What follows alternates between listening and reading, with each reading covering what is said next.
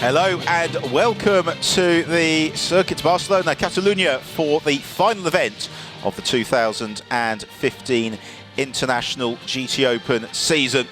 We have got 70 minutes of drama to look forward to on an absolutely glorious autumn day. It's a very warm welcome from myself, Ben Evans, to an afternoon where the conditions are absolutely perfect to enjoy the supercars of the International GTOpen, which are formed up on the grid, getting ready for this first race of the weekend. The championship could very well be decided today, and it's our championship leaders, Alvaro Parent and Miguel Ramos, who line up in pole position. Parent absolutely imperious in qualifying earlier on, but he shares the front row with his principal championship rivals. It's Michele Rugolo and Passin Lathoras in the air, of course. Ferrari and Rugolo will be taking to the start. Promises to be quite some battle at the front of the field.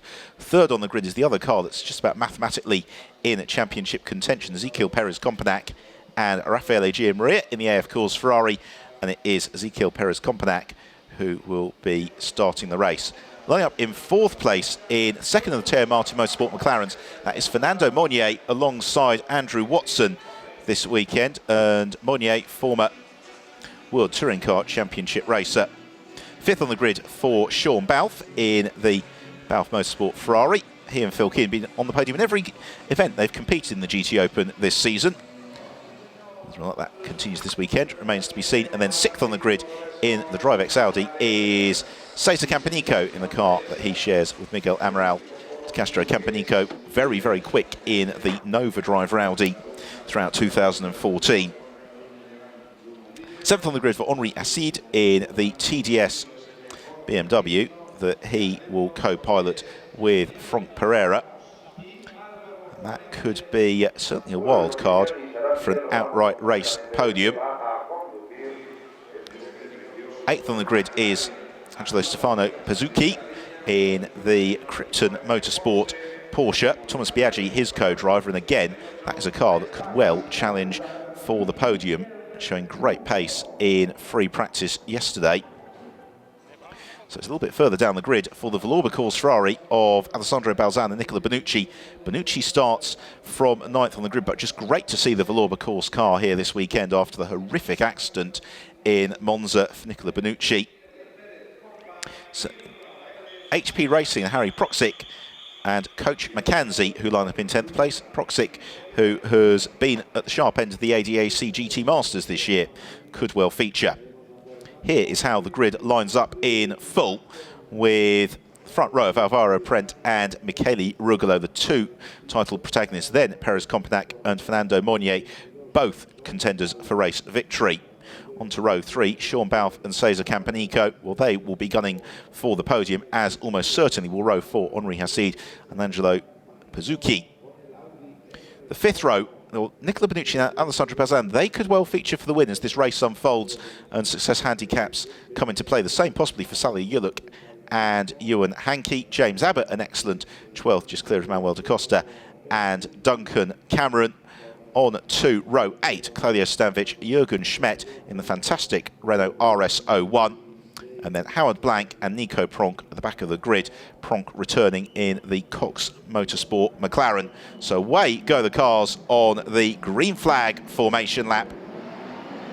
It is a 70-minute race. It is, of course, a mandatory pit stop race as well, which will add that element of drama to the race. The pit stops happen from when we are 28 minutes into the race until we are 42 minutes into the race.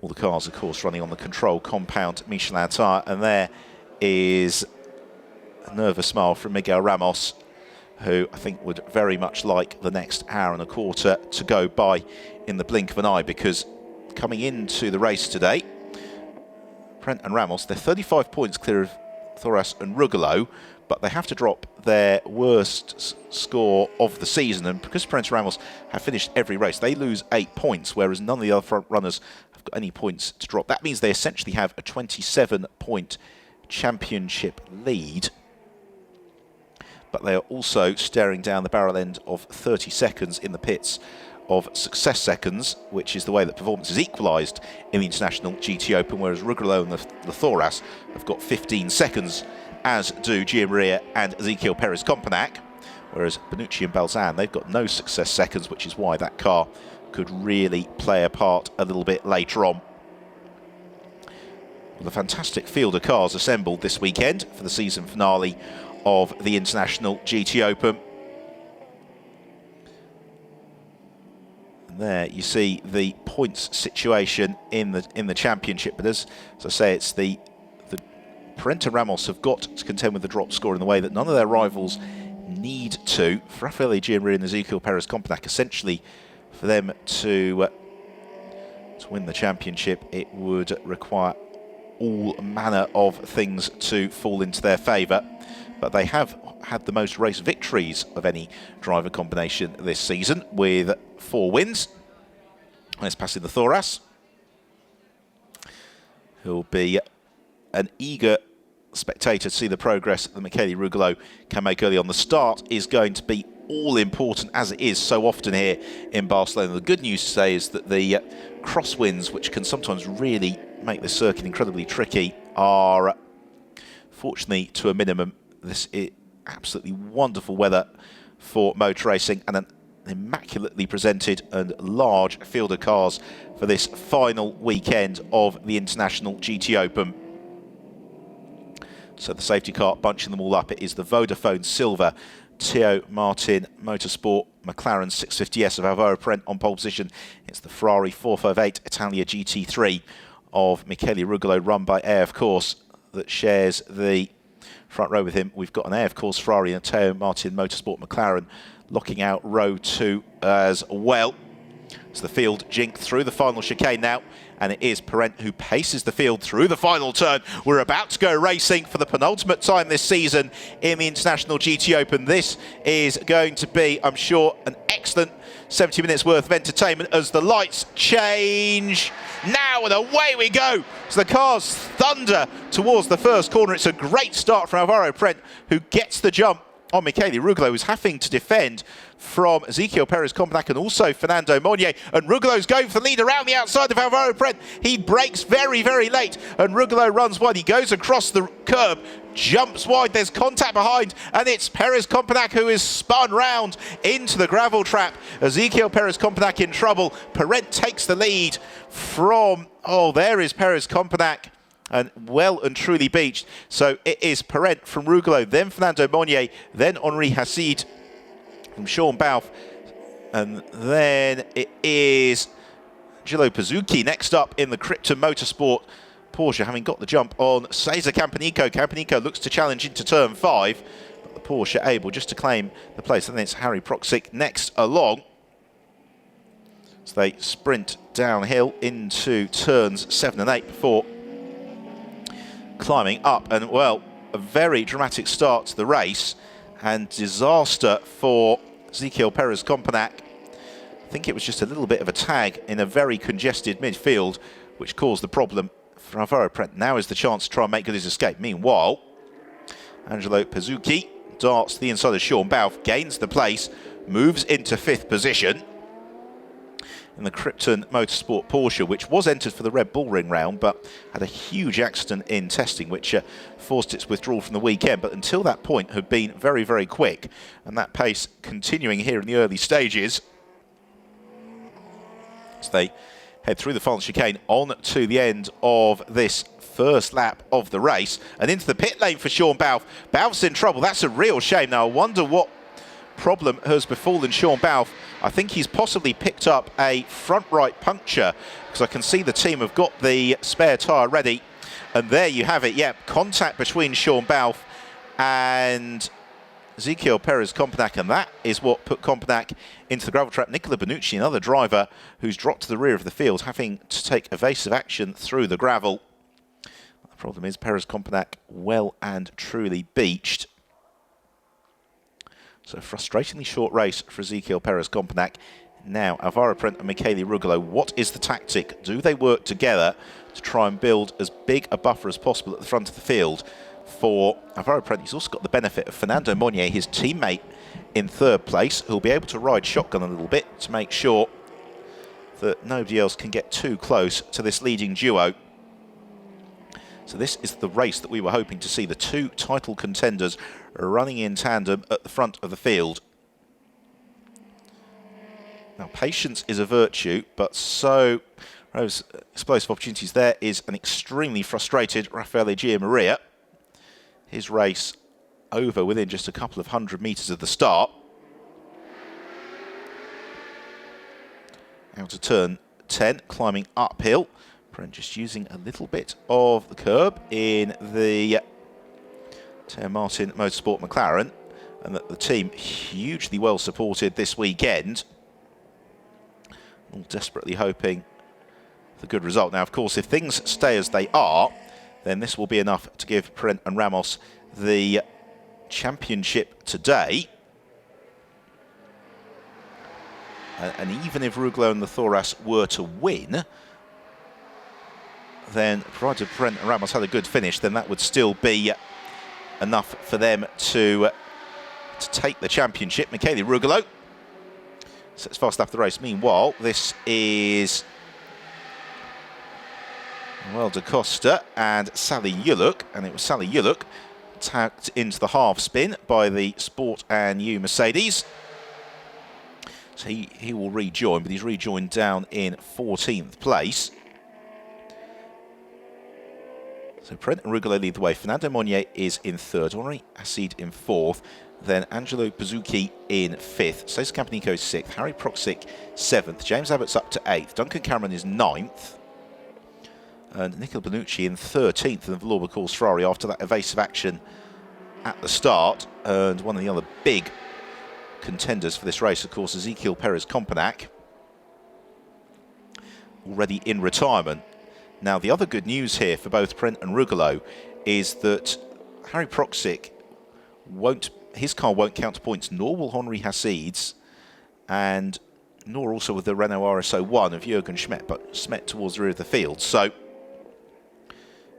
in terms of track position, that is also going to be quite important to consider. There is the DriveX Audi of Cesar Campanico. Campanico been very, very successful in Iberian GT racing for several seasons. After that slightly wobbly first lap, now coming back onto terms with Angelo Pizzucchi. Pizzucchi in the Crypto Motorsport Porsche slides through the chicane, as here is Nicola Bonucci looking to the inside of Howard Blank, just squeezing through. I'm amazed to see Blank's wing mirror still intact at the end of that move. But the place has been gained by Bonucci. He goes up into 12th place as a result of it. Meanwhile, we are watching the fight for 5th and 6th. And of course, as these cars run together, they're closing up onto the tail of the TTS BMW Z4 of Henri Hassid. Fastest lap of the race goes the way of Alvaro Perent. Here, Michele Rugolo continue to fly in tandem. And back into the fray, well, that's good to see, is Ezequiel Perez Companac. So he has been recovered from the gravel trap, but, well, who knows what could happen. So, of course, the car just, of course, the key, Frey, of course, is to keep that car running and see what unfolds over the next hour or so. We're on to lap 4 of the race. We are currently watching the battle for 5th and 6th place. Alvaro Perent and Michele Rugolo lead the way. Fernando Monnier is clear in 3rd. Henri Hassid in 4th, but being caught now by Pizzucchi and Campanico. And then we have got Harry Proxic and James Abbott not too far back either. Now, last time around, Hassid's lap time was a 1 minute 51.2 versus a 1 minute 51.4 for Pizzucchi, but it appears on this occasion that Pizzucchi is possibly a little bit quicker. Now, Sally Yuluk, this is the recovery drive, and he passes Howard Blank in the same place where Blank conceded the place last time through, up into 13th place as a result for Sally Yuluk. Alvaro Perent just setting another fastest lap of the race. He leads from Michele Rugolo and Fernando Monnier from Hassid, Pizzucchi and Campanico.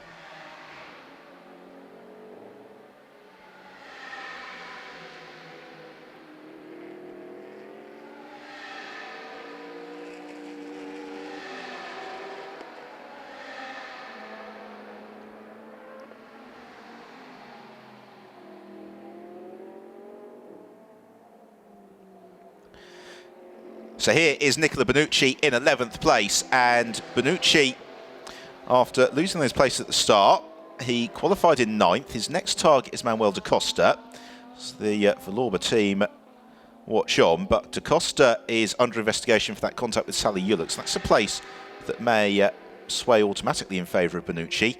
And then just ahead of da Costa, we have got Duncan Cameron, as here are our race leaders, Alvaro Prent and Michele Rugolo.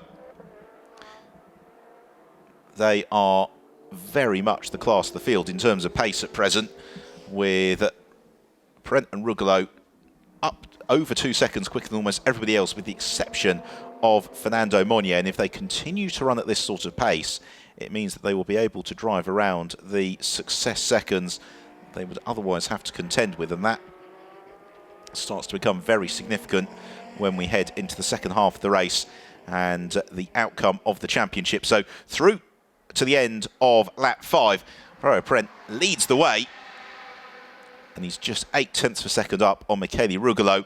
And then in the background you can see the second Teo Martin Motorsport McLaren of Fernando Monnier, and he's almost 10 seconds now back from this leading duo.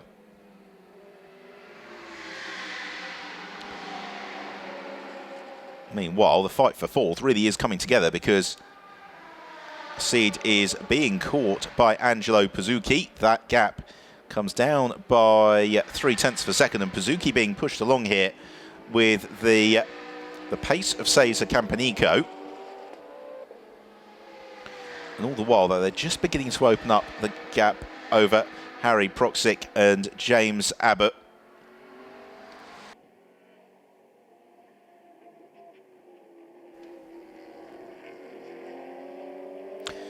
So we're 10 minutes into the penultimate race of the International GTOpen season. Alvaro Prent, our race leader from Michele Rugolo and Fernando Monnier. We are watching the excellent fight for 4th place between Henri Hassid, Angelo Pizzucchi and Cesar Campanico. Of these 3 cars, it's the DriveX Audi, the black car of Cesar Campanico, which is the fastest, and he is pushing along Pizzucchi, and as a result, both of them are closing up onto the tail of Henri Hassid. They turn through turn 9 now, and then roll down towards one of the best overtaking opportunities, which is into turn 10. But Campanico not quite close enough to Pizzucchi to really challenge the Krypton Motorsport Porsche. The Krypton Porsche closes up onto the tail of the TDS BMW Z4 as they jink through this slightly twisty final section of the lap. The chicane added both to slow the cars a little bit for the intimidating final turn, but also just to increase the potential of overtaking both into that chicane but also into turn 1. And now Campanico has got a good run on the Krypton Porsche, but the Porsche very, very quick in a straight line, trying to close up onto terms with the BMW as they head into the braking zone for turn 1. Campanico shows himself to the inside of Pizzucchi once more, and this time very emphatically Pizzucchi half a second quicker than Hassid last time through, and that means now the Krypton Porsche all over the tail of the TDS Racing BMW Z4. But as Pizzucchi gets into that turbulent air, it brings Campanico into the mix. At what point does Campanico pull the trigger and look to make the move at the front of the field? Meanwhile, Alvaro Prent has just set the fastest lap of the race, a 1 minute 47.7, and his lead is now 1.3 seconds over Michele Rugolo. Right now, Henri Hassid would be dreaming about 1.3 seconds over Angelo Pizzucchi, because Pizzucchi is looming ever closer. Meanwhile, we have a drive-through penalty for Manuel da Costa for that contact very early on with Sally Ullux.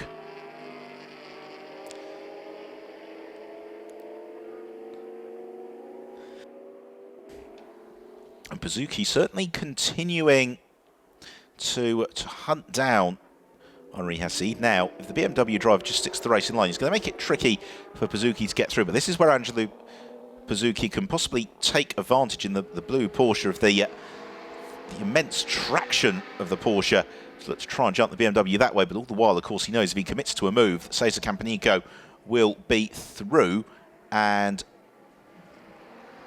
passed in a shot. Run through the final turn. There is Fernando Monnier. in third place in the second Teo Martin Motorsport McLaren that he's sharing this weekend with Andrew Watson. Great to see Monnier returning to the GTOpen and Euro Formula Open paddock, a driver who raced previously in the Euro Formula Open going back to 2010-2011.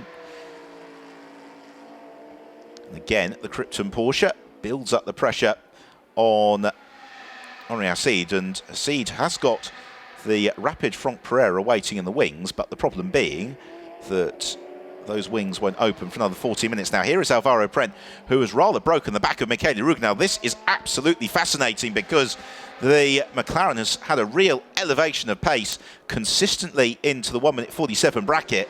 And what it means is that Michele Rugolo is dropping away. He's over 2 seconds adrift now, Michele Rugolo.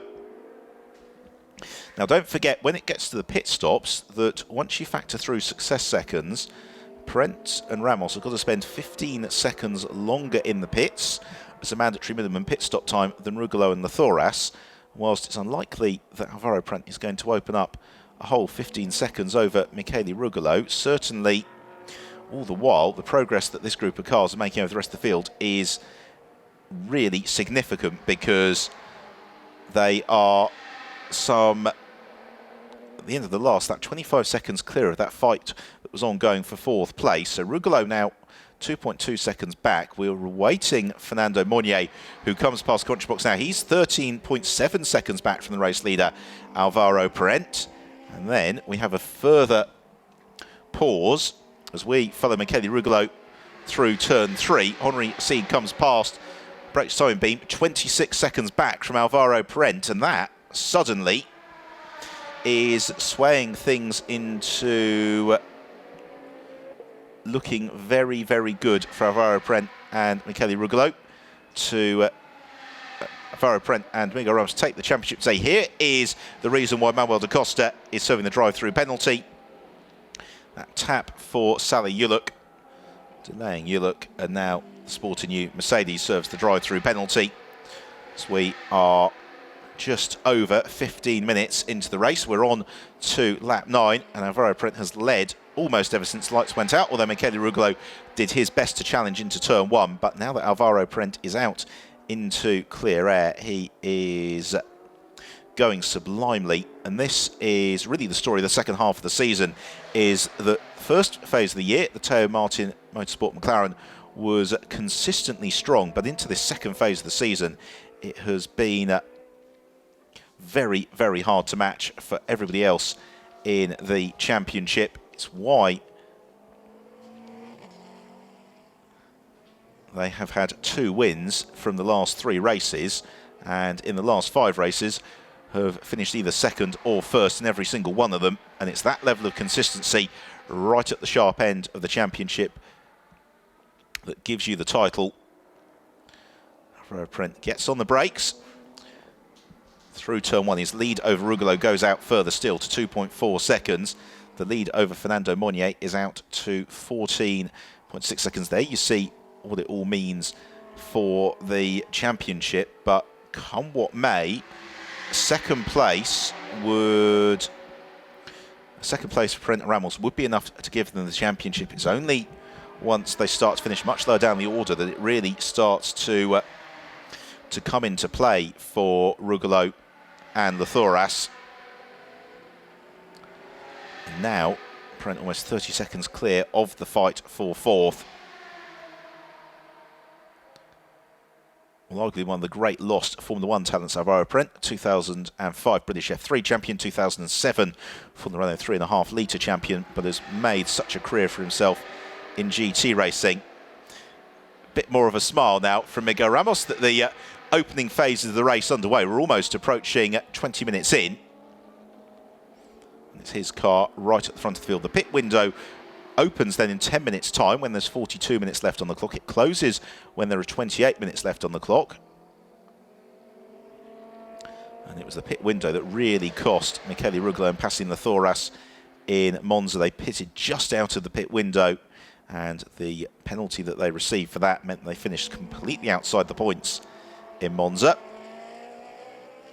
And that really hurt their championship chances. Passinathoras knows that he is going to have to convert whatever Michele Rugolo gives him into a race victory, as across the line to complete lap 10.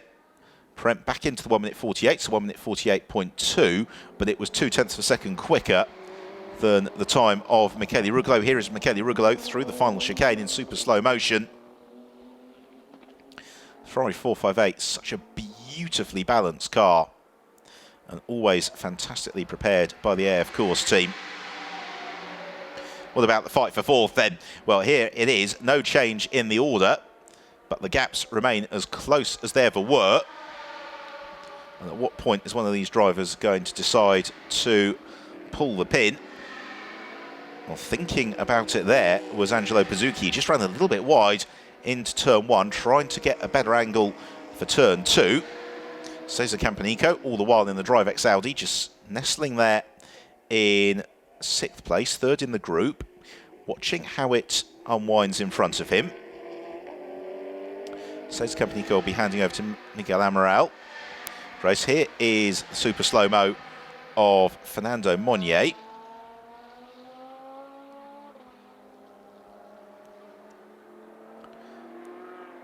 Monnier currently 16 seconds back from the lead, but he's exactly the same distance clear of fight for fourth. Meanwhile, here is Ezequiel Perez-Companac picking his way past Manuel da Costa. Da Costa, post-drive-through penalty in the sporty new Mercedes, in 14th place.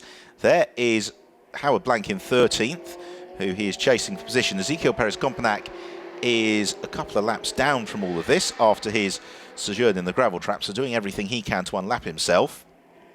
He's up behind AF Course teammate Howard Blank. Imagine he'll be able to ease past Howard without too much opposition. Meanwhile, here is Jürgen Schmidt in the Renault RS 01, and Schmidt, who has been racing a little bit in the Supercar Trophy and Renault Sport Challenge this year, enjoying what's been a very welcome addition to the International GT car arena, the Renault RS 01, new for 2015 of course, and it's been found mainly in the Mark Zone Renault Sport Trophy, but also beginning now to be adapted with the GT3 kit to run across a variety of championships. Another very tantalising car for 2016 is James Abbott, who is the Cup class leader in the Radical RXC. And James, this weekend, he's got a new co-driver alongside him in the form of Roliant de Ward. James currently in 8th place, just clear of Duncan Cameron. And then now completing the top 10, it's Nicola Bonucci, who has been able to ease past Sally Yuluk.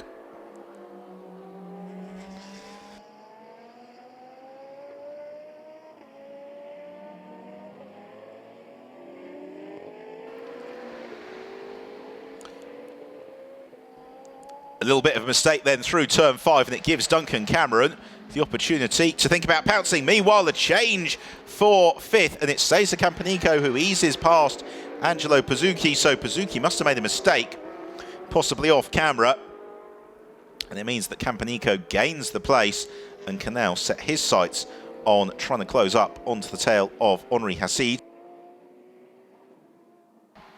There is the TDS BMW down out of turn 12. Campanico already easing away from Angelo Pizzucchi. The other question, of course, is whether or not Pizzucchi has just pushed his Michelin tires a little bit too hard in the early stages of his stint, as he was right in the turbulent air behind the BMW. But now he is at the tail of this train. They've got a good advantage over the 7th place car of Harry Proxic. Here is another look at it. And in fact, it was coming out of turns 7 and 8, and Campanico to the inside at turn 9. Great move from Campanico. Very, very brave place to look to challenge as well. Now, here's the fight for 8th, as James Abbott has been caught by Duncan Cameron, and now Nicola Bonucci. And Bonucci, 56 seconds off the race lead. But a podium for himself and Alessandro Balzan not beyond the realms of possibility. He now closes onto the tail of Duncan Cameron. Cameron, who was really impressive in race 1 at Monza. He's got Matt Griffin, who will be taking over for him. So both of those two cars arguably handing over to the pro driver for the second phase of the race. As we mentioned earlier on, James Abbott to pass on to Rodium de Ward.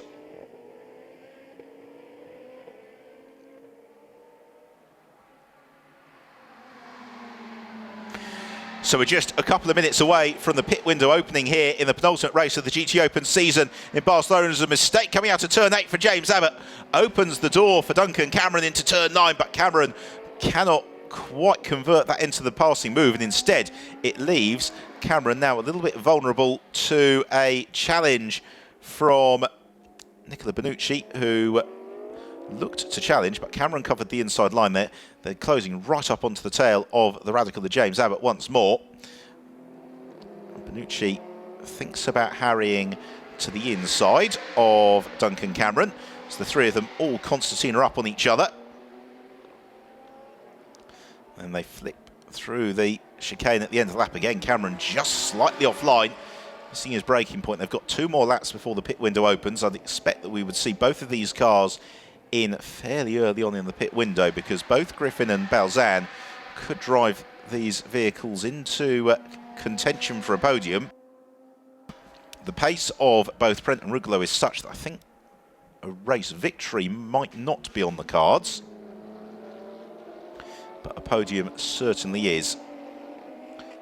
Meanwhile, as Cameron starts defending from Benucci, it gives James Abbott the opportunity to try and escape. In terms of Abbott's deficit to the lead, well, that is 57.9 seconds. But he has just been able to build that little bit of daylight, hasn't he, over Duncan Cameron. Cameron being kept very busy with the progress of Nicola Benucci. This battle for 8th, 9th and 10th. In 11th place is Sally Yuluk in the TF Sport Aston Martin. 12th is Claudio Sadanovic, and Sadanovic currently leading the GTAM class, the car that he shares with Ilya Melnikov. And Sadanovic has been really the foremost driver in that class all season and could well take the overall title this weekend. As Cameron looks to the inside of James Abbott again as they climbed out of turn 10. Abbott shutting the door just in time. Cars thundering through this stadium section at the end of the lap. Meanwhile, Cesar Campanico has now got Henri Hassid right into his sights. The rear wing on the DriveX Audi just judders under the sheer amount of force that's being pushed through it, as now the fight for 8th hurtles down the start and finish straight, raises the cacophony as the Ferrari engines sing through the reverberations of the grandstand. They're also being caught as well very quickly by Sally Yuluk. So Sally Yuluk is about to join in the battle. Meanwhile, that is a significant pass, because Manuel da Costa moves past Claudio Sadanovic and takes the lead of the GTAM class. So da Costa recovering very well after his drive-through penalty. Front of the field, Brent and Rugolo separated by just 1.7 seconds. Cesar Campanico looks to line up the challenge on Henri Hassid heading through turn 9. Head down in towards turn 10. Campanico again shows himself to the inside of the BMW, which moves across, covers the line, as meanwhile Duncan Cameron and Nicola Benucci have both found a way past James Abbott. Well, it was only a matter of time really before that pressure came to pass, and Abbott slipping down into 10th place. He still leads the Cup class and had been putting together a very nice battle. He's now actually looking to come back to the inside of Benucci on the brakes into turn 10. James Abbott, oh, he goes sideways and he tags Benucci, pushes Benucci out wide, and Nicola Benucci will not be impressed, because there was nothing much he could do as Abbott just slewed sideways. And that's twice in the race already that Nicola Benucci has been a little bit caught up with other people's moments. James Abbott left the braking as late as he desperately could, as now the driver change window is open, and that's going to be open for 14 minutes, as here is, look at Fernando Monnier putting a lap on Nico Pronk. Two McLarens running in tandem. Now this is how it all started. James Abbott, just the rear of the car, just snapping away from him, and possibly maybe having asked a little bit too much of his Michelins early on. Here's another look at it. Brake desperately late. Bonucci was lining up for the switchback, but there just wasn't quite the track position, got pushed wide. And now, with the pit window open, the first car in is Duncan Cameron to hand over to Matt Griffin in the AF Course Ferrari. Also in is Nicola Bonucci to pass over to Alessandro Balzan in the Villorba Course car. So they have both got the chase to do. Meanwhile, the pit window is going to be open until there are some 28 minutes left on the race clock. So Alvaro Prent and Michele Rugolo at the front of the field can continue to circulate for as long as they want. Claudio Sadanovic is in to hand over to Ilya Melnikov. Sadanovic gets out. Melnikov, who has been very impressive throughout the season, leaps in to the AF Course Ferrari. The Russian driver, as Prent and Rugolo do as they have done ever since the start of the race, which is run in tandem. What is really significant is the buffer that they've built over the rest of the field. So they're 21 seconds clear of Fernando Monnier in third, and 43.5 seconds clear of Cesar Campanico and Henri Hassid in that battle for fourth place, which has now just been temporarily resolved because Henri Hassid heads into the pits to hand over to Franck Pereira. So what that means when it all shakes out is that my expectation is that Passim Thoras, when he takes over from Michele Rugolo, will be at the front of the field, and in second place will be Miguel Ramos, and that is all that Ramos needs to claim the title today, as the TF Sport Aston Martin Sally Yuluk slows for the pit lane. Turned over to Ewan Hankey, and also in is Jürgen Schmidt to pass over to Jose Perez Icart, who was one of the absolute stars of the championship in 2014 and will really make the Renault fly. And particularly watch for Jose Perez Icart tomorrow when he qualifies the car for the second race of the weekend. That could be quite spectacular. So we're just over 30 minutes in, and it is Alvaro Prent who leads, as he has done really since the start of the race, from Michele Rugolo. Fernando Monnier is in third. And Ewan Hankey is now at the wheel of the TF Sport Aston Martin, waiting for the car to come down off the air jacks to rejoin the fray. We're on to lap 18.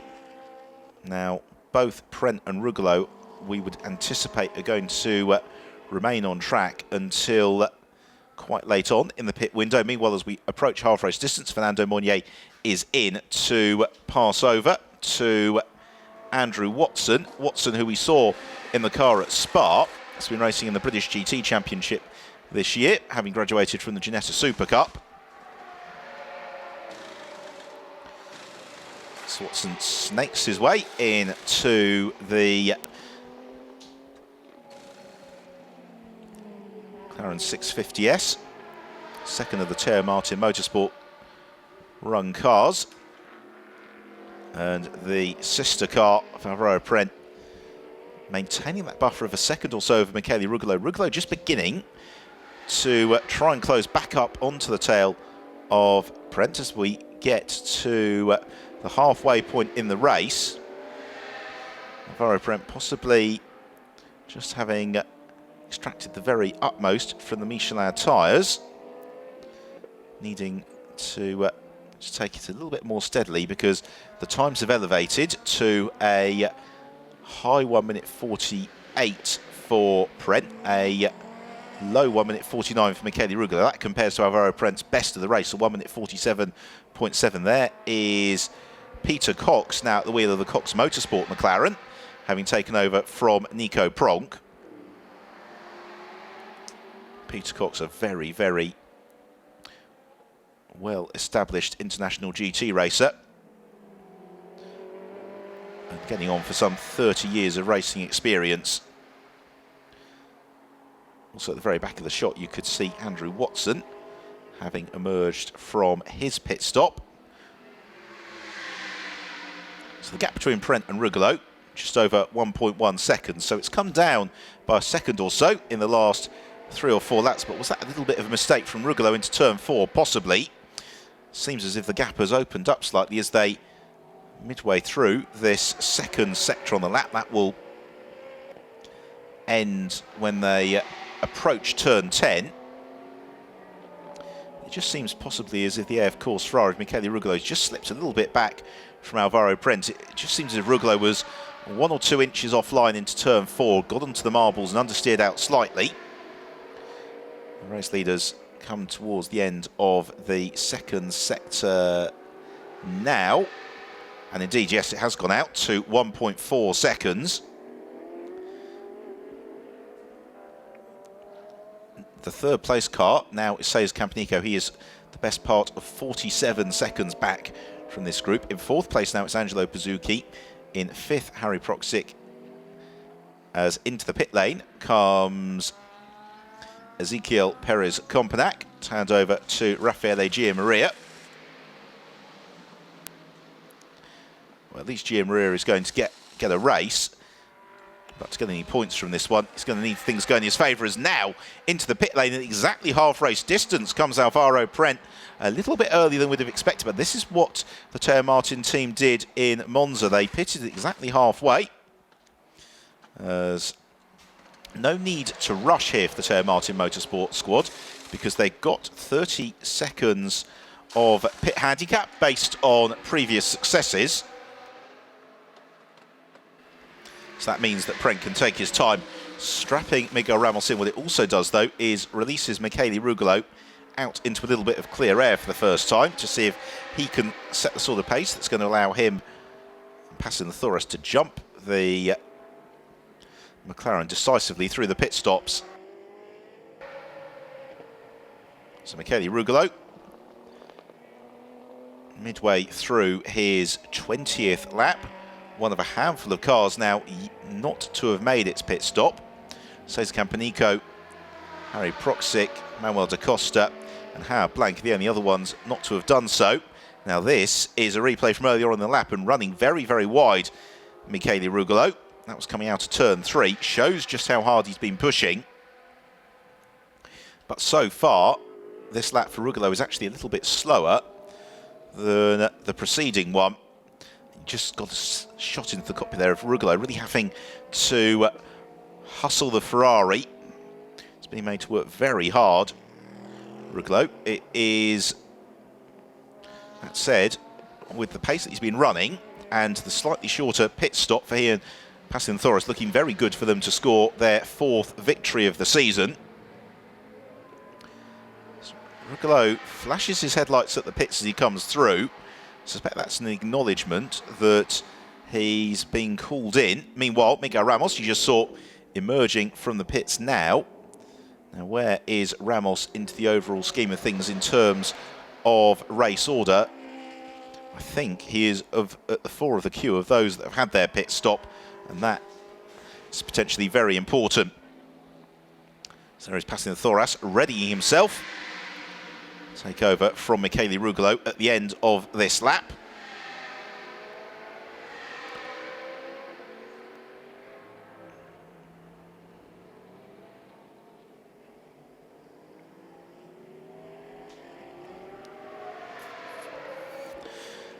So we're just over half race distance in the penultimate race of the year for the International GTOpen. Here is our race leader, Michele Rugolo, and he is one of just 3 cars yet to make its pit stop, but we believe that Rugolo is going to be in at the end of this 21st lap of the race. Into the pit lane now is Howard Blank, and he passes over the AF Course Ferrari to Yannick Malagol. French driver gets strapped in. Miguel Ramos, from what we can tell from our timing screen, is of the cars that have had their pit stops, is at the head of that queue, and it is his teammate Andrew Watson riding shotgun who is second in that queue, and they're both well clear of Frank Pereira. So that is potentially very good news for the Teo Martin Motorsport McLaren squad. as Michele Rugolo doesn't pit in on this occasion. He's going to go on for at least another lap. That was a little bit unexpected. I just wonder if the flashing of headlights from Michele Rugolo was to signal that possibly the radio's gone down or something. Well, he's got time for this lap before the pit window closes. That last lap from Rugolo was a 1 minute 49.7. Also flying, now he's in some clear air finally, is Cesar Campanico, who's yet to pit in. He's just on a 1 minute 49.8. And flashing his headlights, closing up onto Michele Rugolo, that's Peter Cox. So Peter Cox in the Cox Motorsport McLaren. He wants to unlap himself here, and that isn't really what Michele Rugolo wants as the race leader, is to be hassled by a car that's a lap down looking to unlap itself.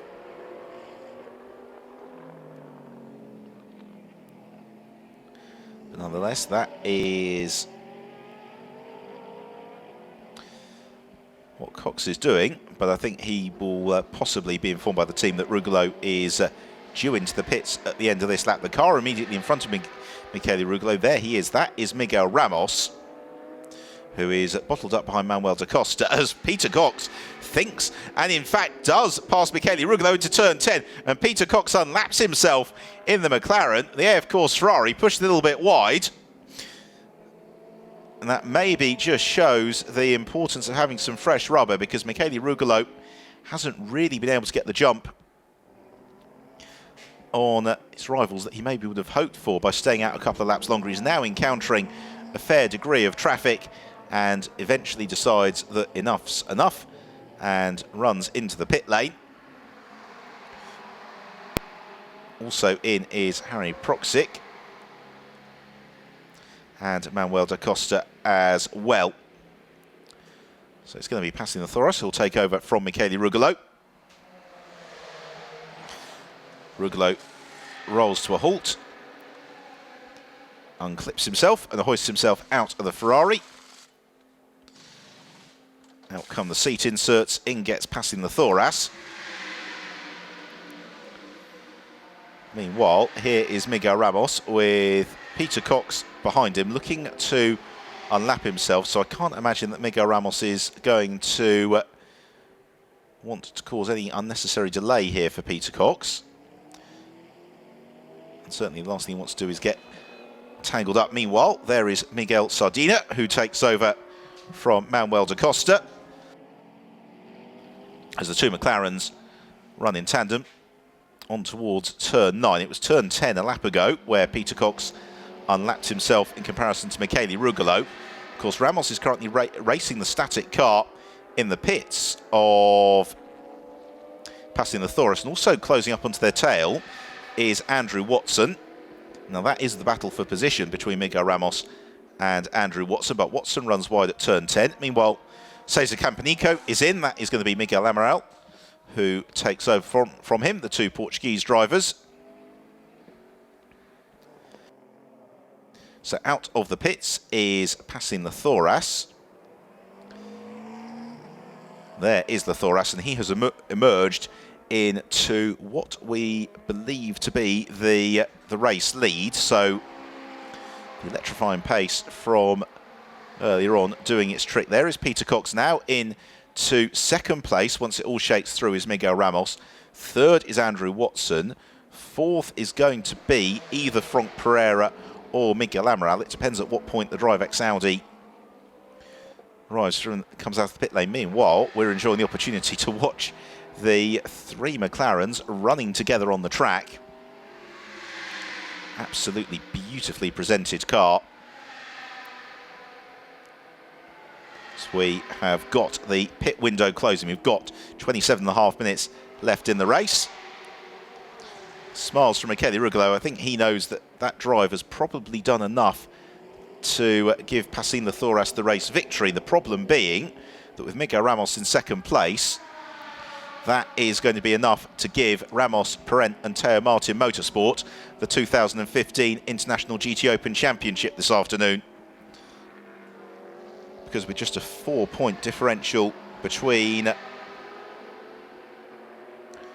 first and second place. Flash of the headlights from Andrew Watson now.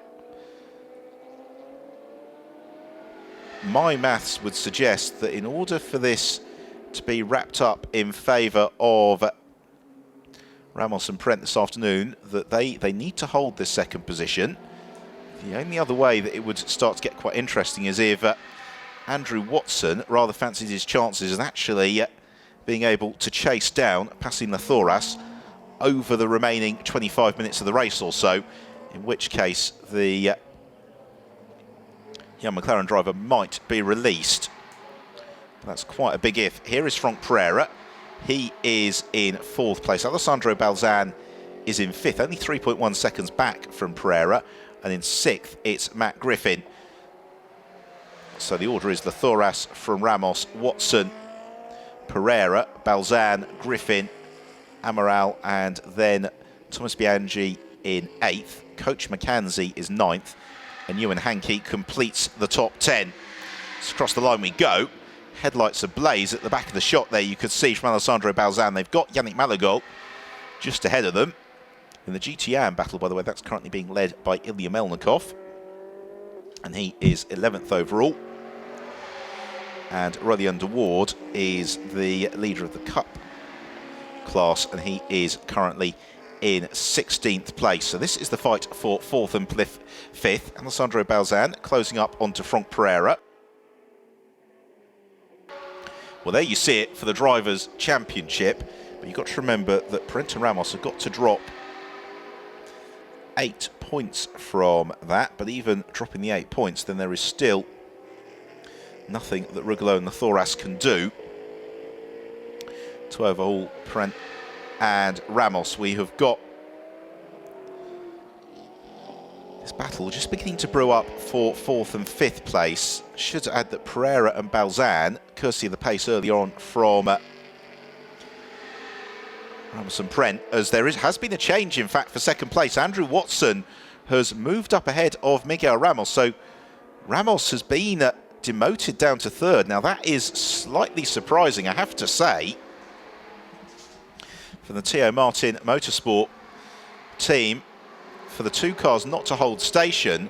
And I can only presume the reason for that is that Andrew Watson is going to try and chase down Passim Lathoras.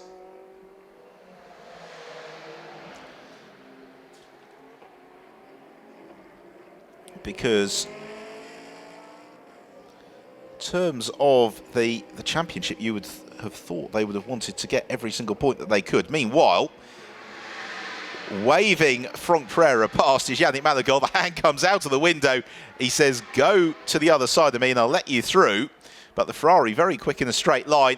And Malagol backs right off into turn one. So through slides Franck Pereira, consolidating that fourth place.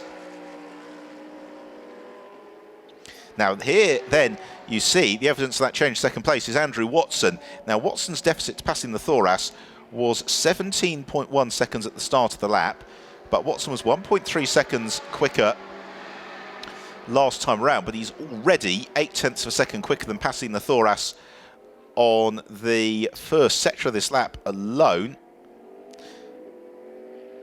17 seconds exactly back through sector 2.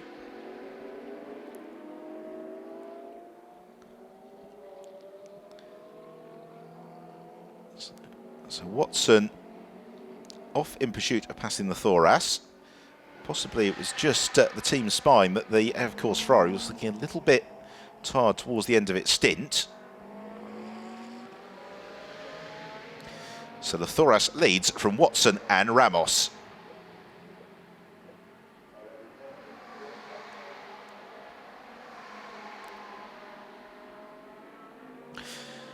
Passim Lathoras 16.1 seconds clear of Andrew Watson, and Watson last time through was 1.7 seconds quicker than Passim Lathoras. All the while, though, he's easing away from Miguel Ramos. Still a bold call from the Theo Martin Motorsport team to switch the cars around. But then again, they have got such a huge advantage behind Ramos, some 20 seconds back to Franck Pereira, that they're going to let Andrew Watson see what he can do about hunting down passing the Thoras. The Thoras, as a result, has clearly had a bit of a call on the radio to elevate his pace. Got a drive-through penalty for Miguel Amaral for a pit stop infringement. So here is Miguel Ramos, and this is unfortunately where the dropped scores start to all become a little bit complicated, because essentially, once it all plays through, Ramos and Prent have all but won the championship in third place, but that is provided that they don't get excluded from tomorrow's race. So I know it's a little bit complicated, but that is how it currently stands. There is Miguel Ramos, the wheel of the Teo Martin Motorsport McLaren, in pursuit of Andrew Watson, and Watson very emphatically in pursuit of passing the Thoras, coming to the end of lap 26. There is the race leader passing the Thoras. His last lap of 1 minute 50.2. Andrew Watson, 1 minute 49.4, 15.4 seconds, the deficit for Watson.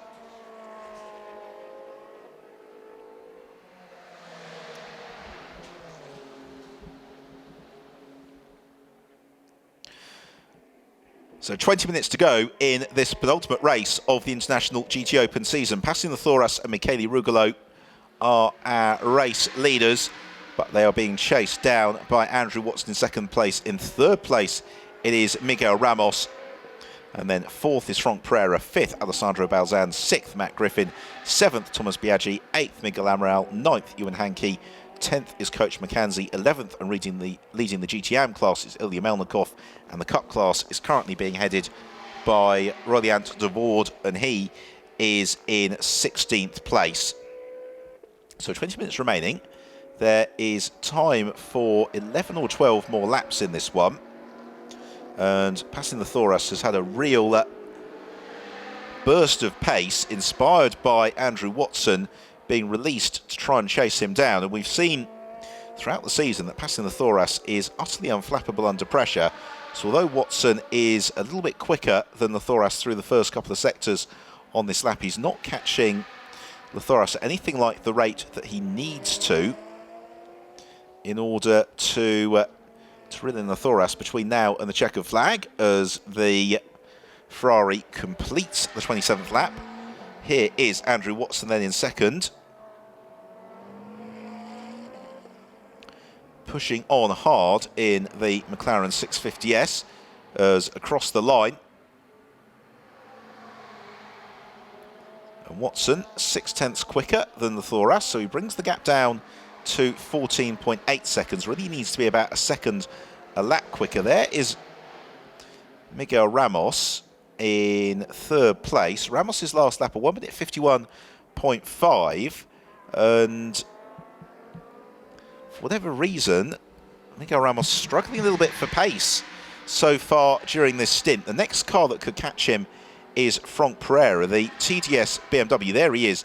Now, if Pereira were to pass Ramos, that wouldn't impact the point situation. But if this man, Alessandro Balzan, were to, then that is when it all starts to just open a little bit of a chink of daylight in the championship battle for passing the Thoras and Michele Rugolo.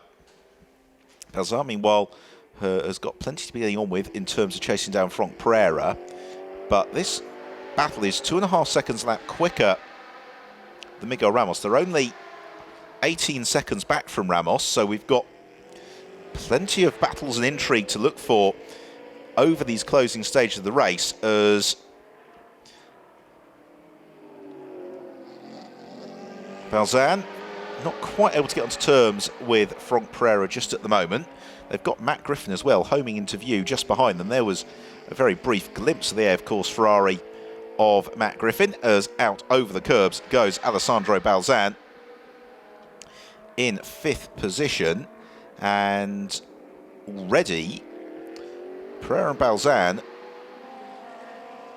much quicker than Miguel Ramos through this lap. Meanwhile, Ilya Melnikov is lining up the move on Coach McKenzie. McKenzie defends just about in time into turn 4 in the HP Racing Lamborghini Gallardo.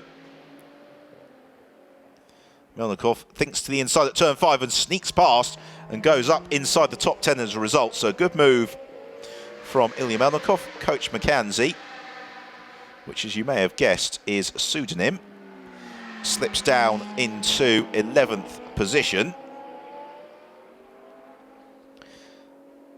And Melnikov, his next target is Ewan Hankey, but Hankey quite a bit further up the road, so that is going to be a big ask as the sun just beginning to dip down in the sky. It's going to make visibility into a couple of the corners a little bit tricky for some of the drivers. The gap from the Thoras to Watson is down to 13.3 seconds, but that's not anything like the rate of capture that Andrew Watson really needs. Gap from Ramos to Pereira is down to 16 seconds.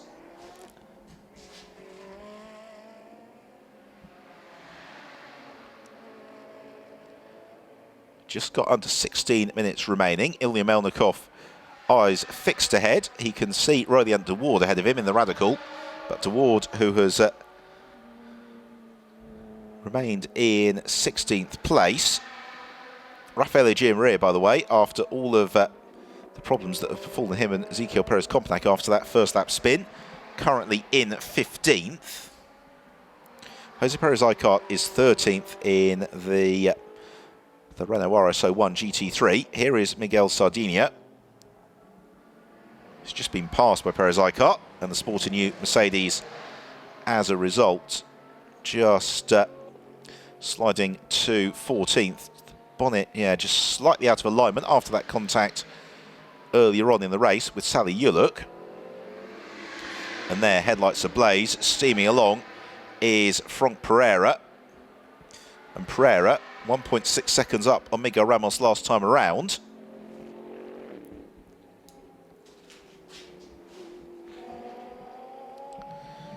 Well, here is the race leader passing the Thoras. His lead over Andrew Watson is 11.6 seconds. So it's not absolutely done and dusted yet for the of course, Ferrari driver. I think it's going to require a little bit of a spurt, isn't it, from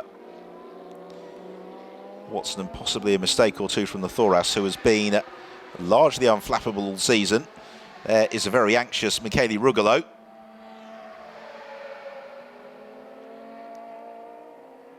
But this hasn't been such a good lap for passing the Thoras. He's already 1.1 seconds down on Andrew Watson for the lap. And he's about to encounter a little bit of traffic as well. Here then is Miguel Ramos in third position, and Ramos has got Jose Perez-Icart up behind him. Perez-Icart looking to unlap himself. So again, I don't think that's going to be a particular delay. There is Alvaro Parent. And judging by the looks on the faces, I'm not entirely convinced that all is quite as it should be for that Theo Martin Motorsport McLaren. That was a much slower lap from Ramos as well, a 1 minute 52.4. As long as he can hold station in third, he should be okay. He's got Franck Pereira and Alessandro Balzan, however, reeling him in at the rate of about 1.7 seconds a lap. Now that last lap from Ramos, compounded by a very, very good lap from Andrew Watson. And Watson just about senses blood here with passing the Thoras.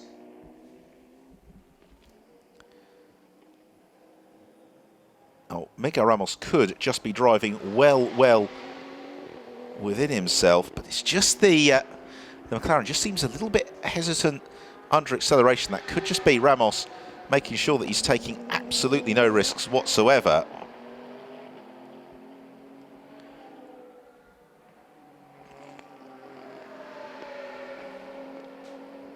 Comes out of turn 9.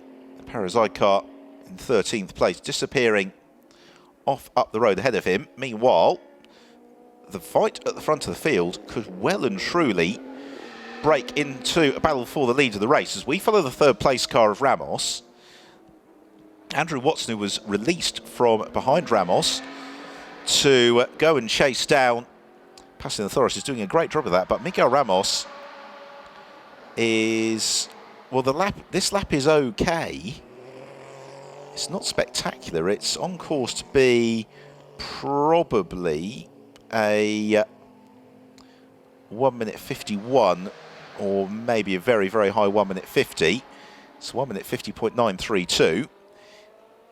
Now, Andrew Watson, with 11.5 minutes to go, is now just 7.9 seconds back from passing the Thoras. The Thoras having a lap time which was almost identical to that of Miguel Ramos, to within 1,000th of a second last time through.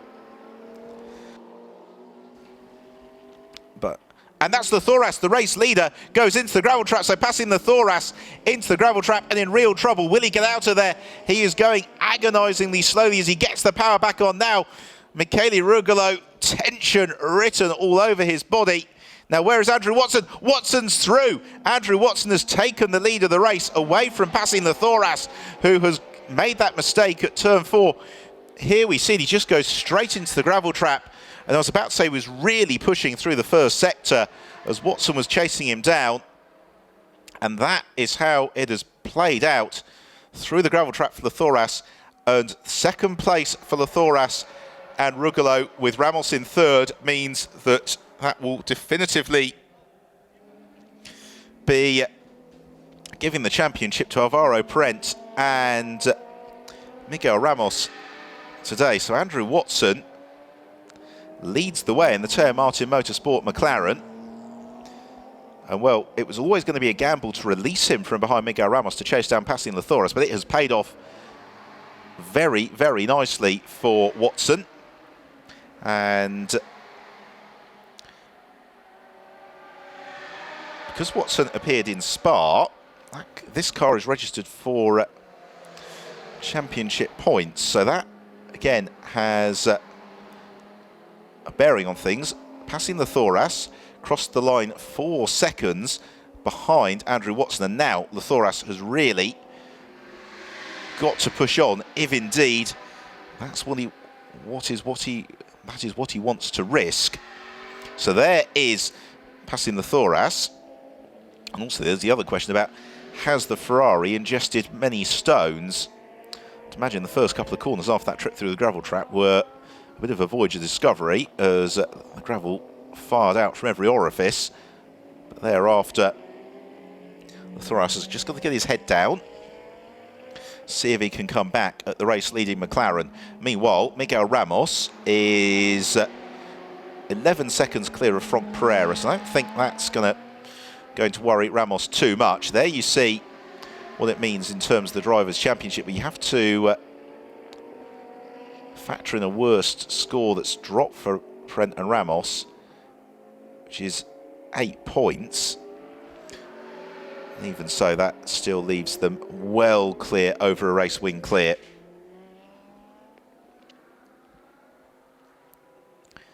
Well, the Teo Martin Motorsport team would probably rather like the checker flag to go out just now. Meanwhile, the Thoras sets off recovering in pursuit of Watson.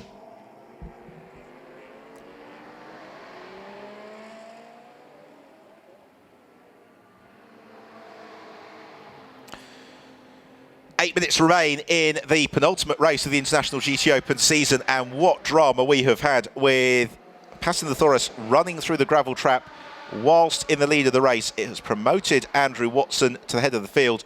Here is Watson, who very nearly won on his International GTOpen debut at Spa, but for being caught out with that shower d'eau rouge, huge crash that ensued.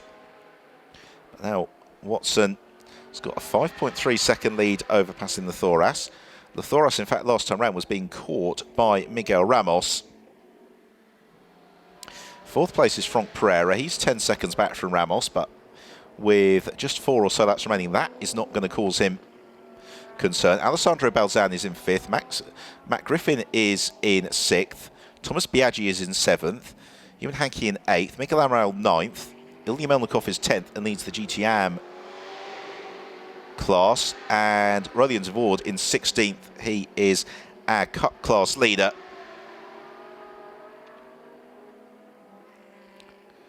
Towards turn 10, Andrew Watson, well, he doesn't want to really ease it off, because it's often when you just relax that the little mistakes start to creep in, and that's when things can go wrong. But at the same time, he has now got what is looking very much like an unassailable advantage at the front of the field.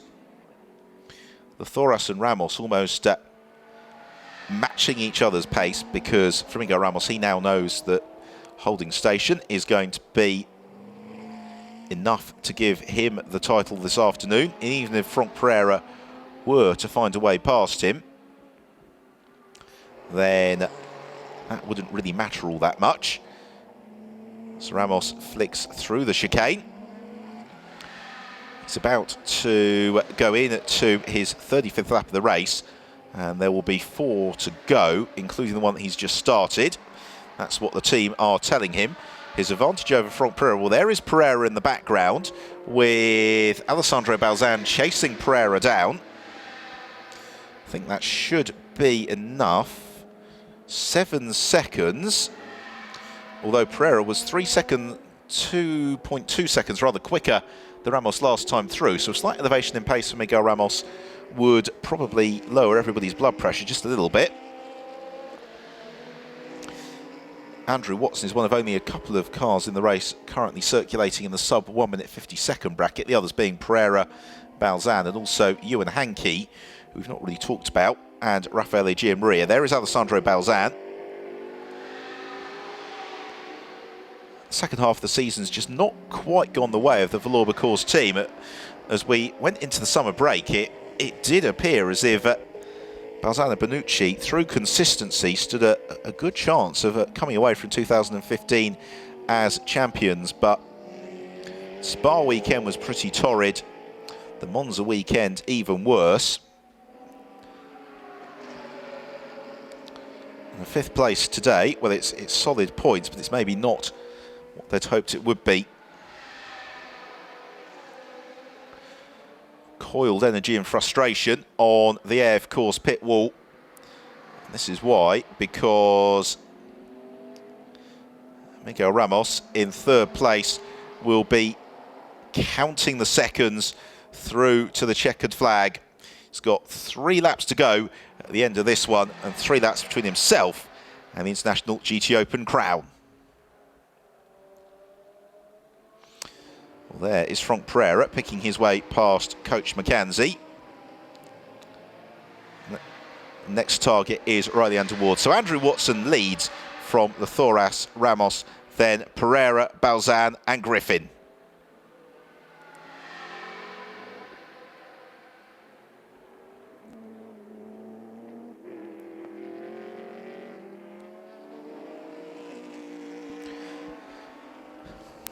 Into the closing stages of what has been an intriguing and dramatic penultimate race of the season for the International GTOpen.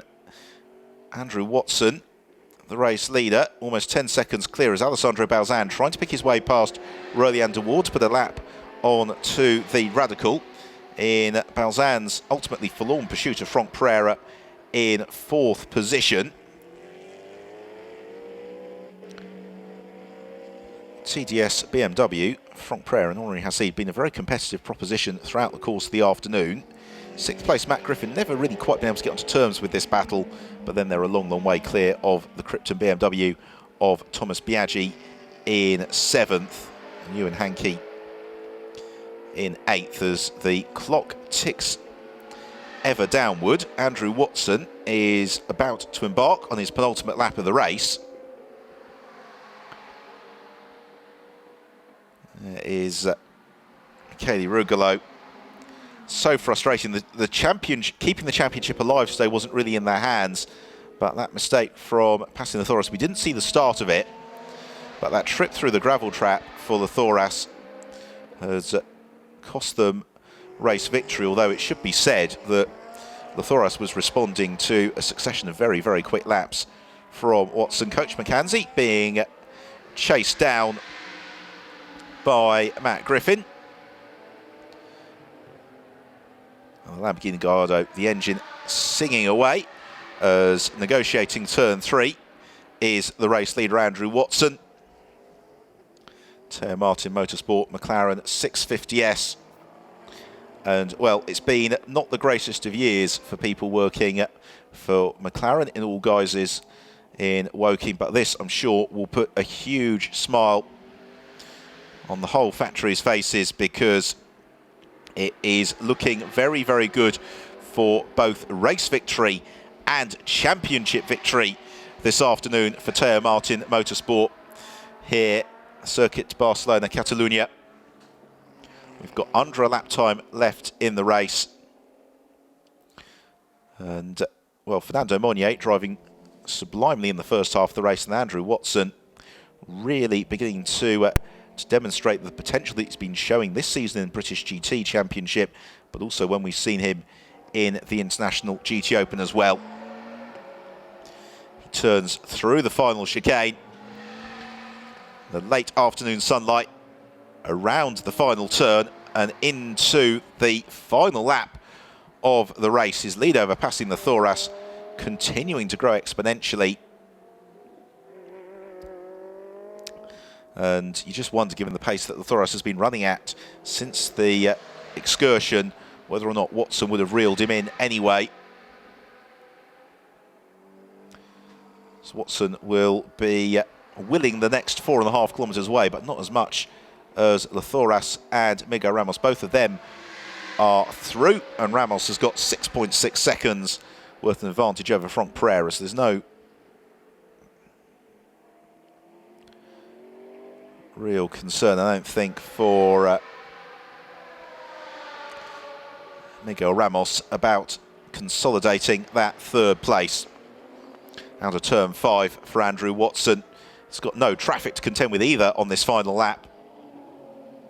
Just needs to keep it all on the island. There you see, in terms of the Drivers' Championship, Trent and Ramos, even once you factor in they've got to drop their worst score, they will be crowned champions today for the International GTOpen.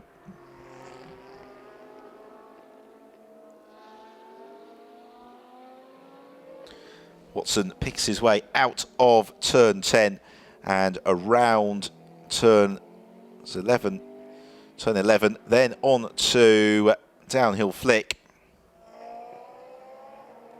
It's been a really magnificent performance this from Andrew Watson. He's been almost every lap below 1 minute 50 seconds in the second half of the race, and he accelerates through the final turn. The checker flag goes out, and it's victory in Barcelona International GTOpen for Andrew Watson and Fernando Monnier and Teo Martin Motorsport. The team, though, remain up on the pit wall, because what they are waiting for is the car in third place, as across the line takes second place, passing the Thoras and Michele Rugolo. But here comes Miguel Ramos. He and Alvaro Parent are victorious in the 2015 International GTOpen. They are the champions. They take third place on the day. Parent and Ramos, an absolutely magnificent second half of the season. And Teo Martin Motorsport are the 2015 International GTOpen champions. Alvaro Parent has been majestic this season. For Miguel Ramos, he has so often been the bridesmaid in the GTOpen. For the last couple of seasons, he's always been there. And this year, it comes good. Teo Martin Motorsport victory and championship success at their home meeting as well.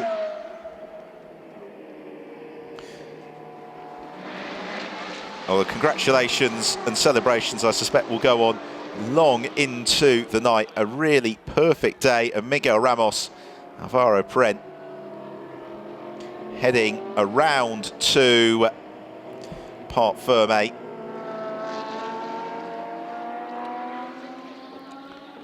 That's another championship for Alvaro Parent to add to his list. British Formula 3 champion, Formula Renault 3.5 litre champion, now an International GTOpen champion as well.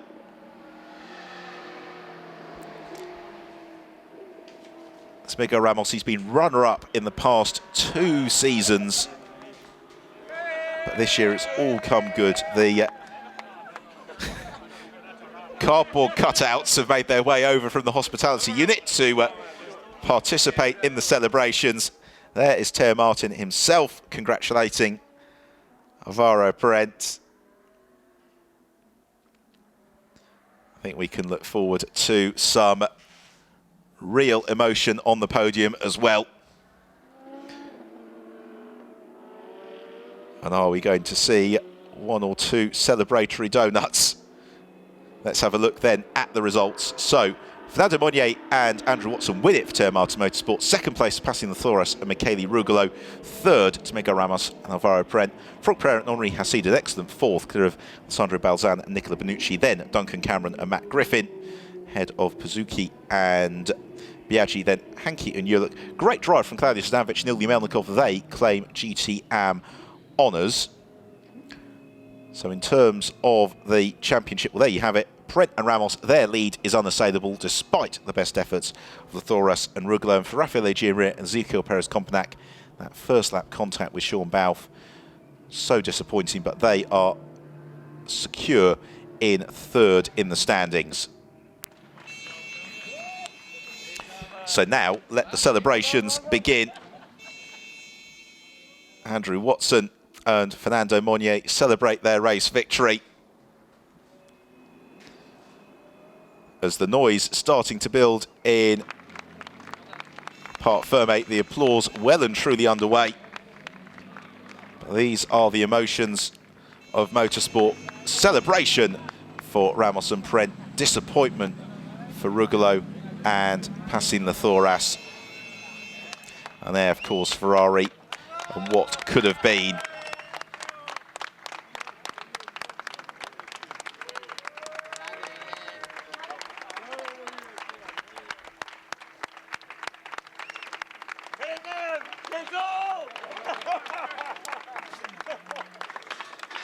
Very good.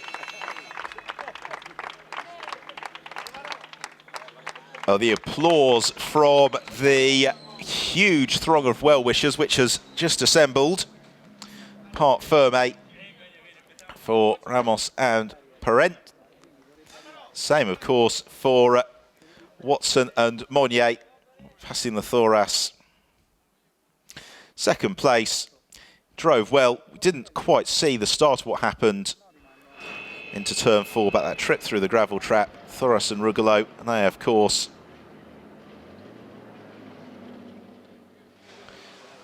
having to endure the disappointment as congratulations and celebrations for the Teo Martin Motorsport McLaren quartet.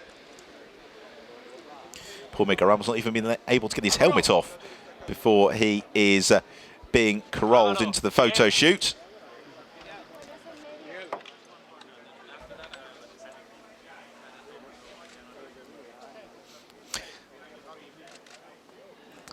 Smiles all around.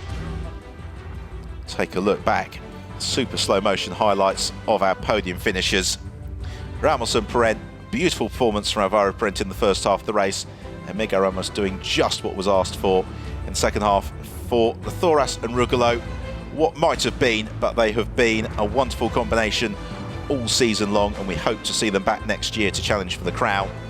Andrew Watson and Fernando Monnier, a fantastic victory for Teo Martin Motorsport.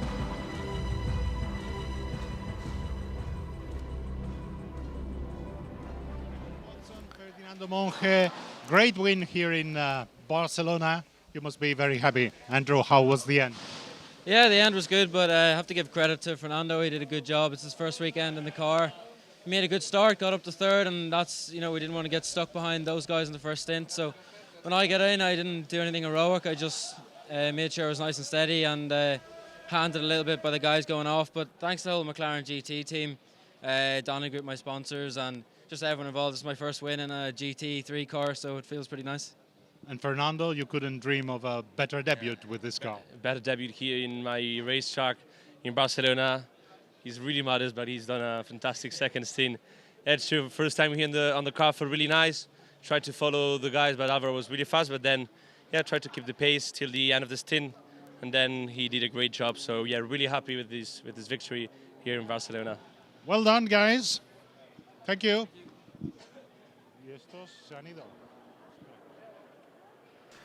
So our race winners, Andrew Watson and Fernando Monnier.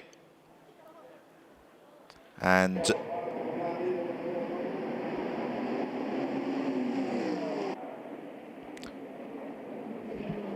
I talk.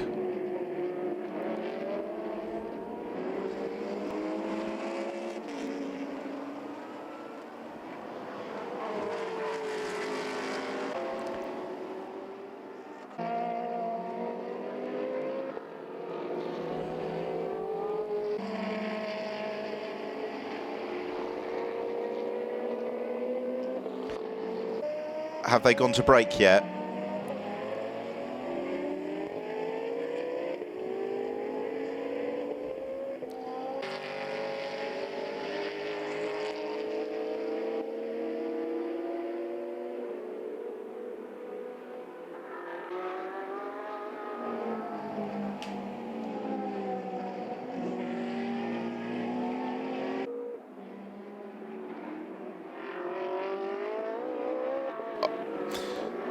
So we're looking back at the highlights of a dramatic race with plenty of incident in the early stages. This was the pivotal moment then when passing the Thoras ran wide through the gravel trap, and that put him out of the lead. It put him, Michele Rugolo, into second place. It meant that Andrew Watson and Fernando Monnier came through to score a magnificent victory. The Thoras and Rugolo taking second place, but third being enough to give Miguel Ramos and Alvaro Parent the 2015 International GTOpen Championship. This Teo Martin Motorsport team celebrating Parc Ferme, the end of an excellent season of racing. And we will be able to hear very, very shortly from our new champions.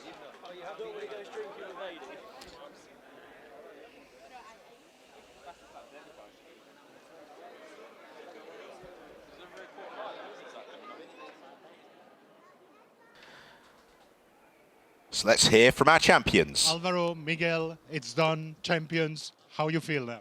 Oh, definitely very good. You know, the whole year fighting for this strategy with the team, with Miguel, and now finally we done it. You know, in the first race in Barcelona, we couldn't ask for more. So very proud of the whole team, Miguel and I, and it was our target since the beginning.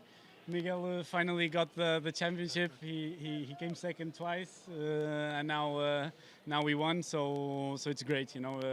Very happy and proud of everyone. The car I'm driving, my teammates, and the whole team. It's been fantastic. Miguel, that's right. It has been a long quest, but now you must feel very, very happy. I feel great. It's we say in Portugal, at the third time is the time. So finally, so it was great. He made a good stint, and I had just to go through it because we need only a fourth place. So it was no risk, no pushing. So and we finished third, so it's even greater. Good. Now it's podium for you. Well done, campeões. Parabéns. So two very happy drivers. They are the champions. Here is a look at the championship standings then. Parent and Ramos claiming the crown from the Thoras and Rugolo. Then Gia Maria and Perez Compenac, with Balzan and Bonucci in fourth, Keen and Balfe in fifth. There is, of course, still the final race of the season to come. And don't forget to join us live tomorrow. The action gets underway at 13:50 Central European time. But for now, it's time to start concentrating on the podium. Those cheers, you can hear the applause, is because Ramos and Alvaro Parent on to the third step of the rostrum, but they are our champions. Runner-up, passing the Thoras and Michele Rugolo. And our race winners, Fernando Monnier and Andrew Watson. It's great to see sporting spirit, handshakes all around amongst the drivers. And our winning team, of course, Teo Martin Motorsport.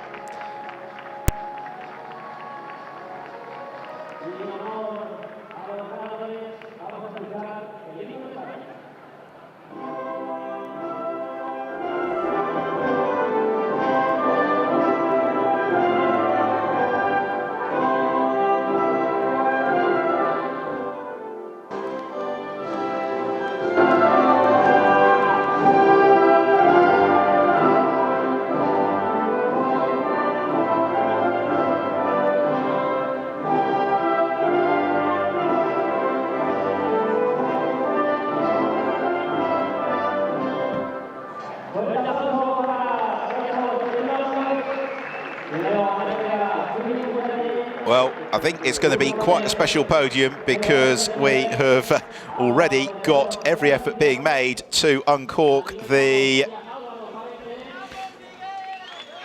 Freycinet on the rostrum.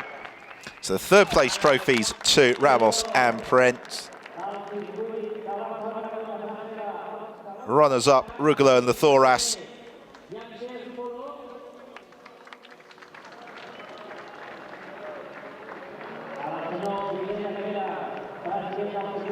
Fernando Monnier and Andrew Watson. This is surely more than they could have expected coming into the weekend, but they take victory. A home win for Fernando Monnier, a first GT3 win for Andrew Watson. And it's a first and third and a championship for Teo Martin Motorsport as the champagne fight already underway on the podium. Wonderful atmosphere here in Barcelona as we get to the end of what's been a great season of racing in the International GTOpen. So that is it from today. We have our new champions, Alvaro Prent and Miguel Ramos. So from myself, Ben Evans, it's goodbye from the celebrations in Barcelona.